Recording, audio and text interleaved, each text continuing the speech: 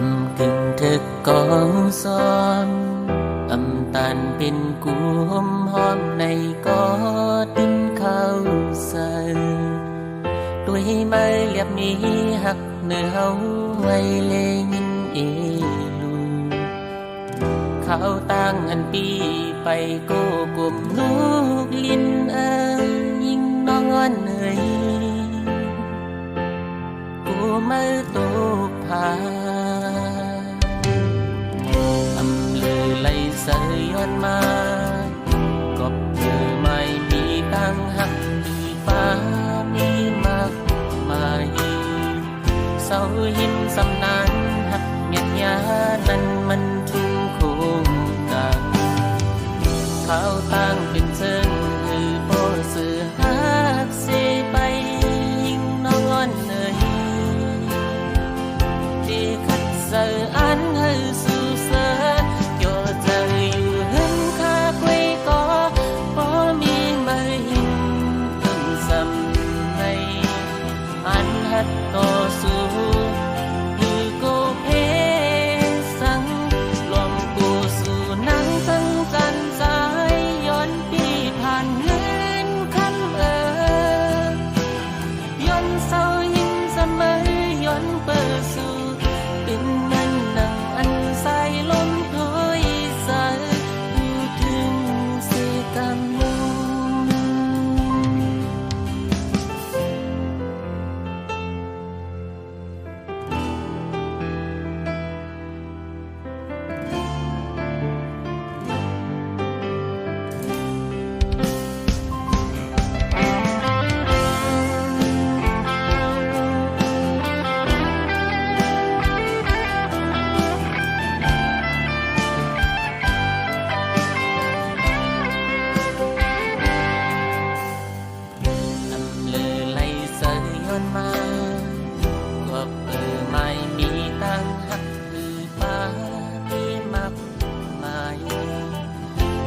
หินสำนานหักเมียนยานั้นมันทุ่งโคมกา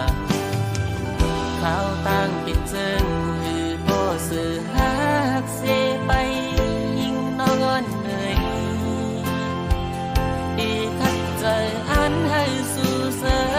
โยใจอยู่เห็นแค่คุยก็บ่มีไม่หินเอิ้นสำในอันหัดโตสู่cô phê sang luồng cô su nắng dâng gian tráiย้อนปีผ่านเงินคำย้อนเศร้ายิ่งจะไม่ย้อนเปิดสู่เป็นเหมือนหนังอันสายลมถอยสายโยใจอยู่เห็นถ้าคุยก็บ่มีไม่หิมเอิ่มซ้ำในอันหัดต่อสู้